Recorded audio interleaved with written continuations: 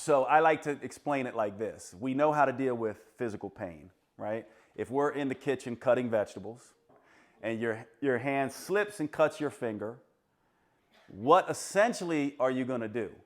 You're immediately going to go, ah, right? You're going to cover that wound. Immediately you're going to cover it. It's going to draw your attention to it. Everything stops. The knife drops. You cover your finger. All your attention goes to that. Then what do? You look at it. You analyze it. How deep is it? Do I need to get stitches? How bad is it? What do I need to do? Then what do? You clean it. You go get the stitches, right? And then what do? Next time you are cutting vegetables, you remember that you cut yourself. You'll be more careful. You may even go on YouTube and find videos of how to cut vegetables correctly, right? You'll know that I have to pay attention to this. Now, this is exactly not what we do with emotional pain. With emotional pain, we go like this. Ow, ow, ow, ow, ow, ow, ow. We'll run up to people on the street and go, ow, ow, ow, ow, right? Or we do this, oh, my thumb, it's bleeding, oh, right? We do that, or we do this. Nothing happened. Nothing happened. I don't need this hand. I don't need this arm. Matter of fact, I'll get by with just one arm for the rest of my life. These are the words you need to be checking yourself on. Are you whimpering?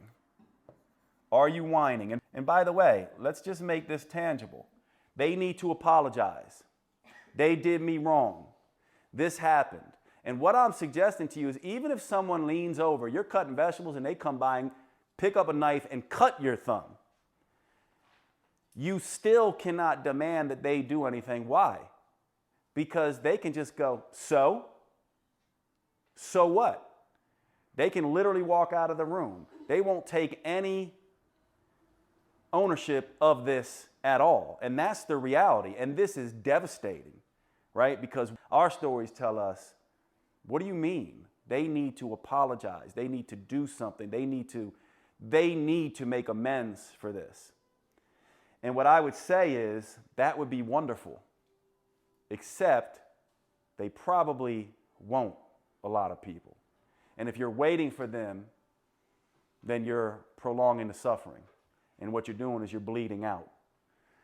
So look, when we talk about stories, whimper, whine, blame, complain, distract, deny, whenever you feel these emotions being triggered, and you probably felt some of them now because you're feeling some of the wounds that you probably have suffered, whenever you're seeing this, it means you're stuck in this story. And it's okay.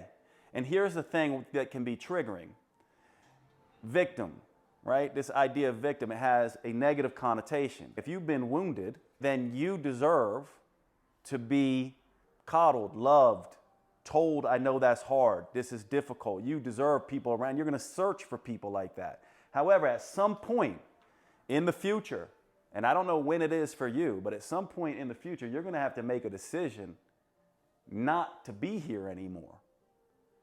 And if you stay there, at some point it becomes voluntary, doesn't it? And that's the hard part about being human, because at some point, this is useful, right? It's that part about covering your thumb and, paying attention to it. This is useful only for a time.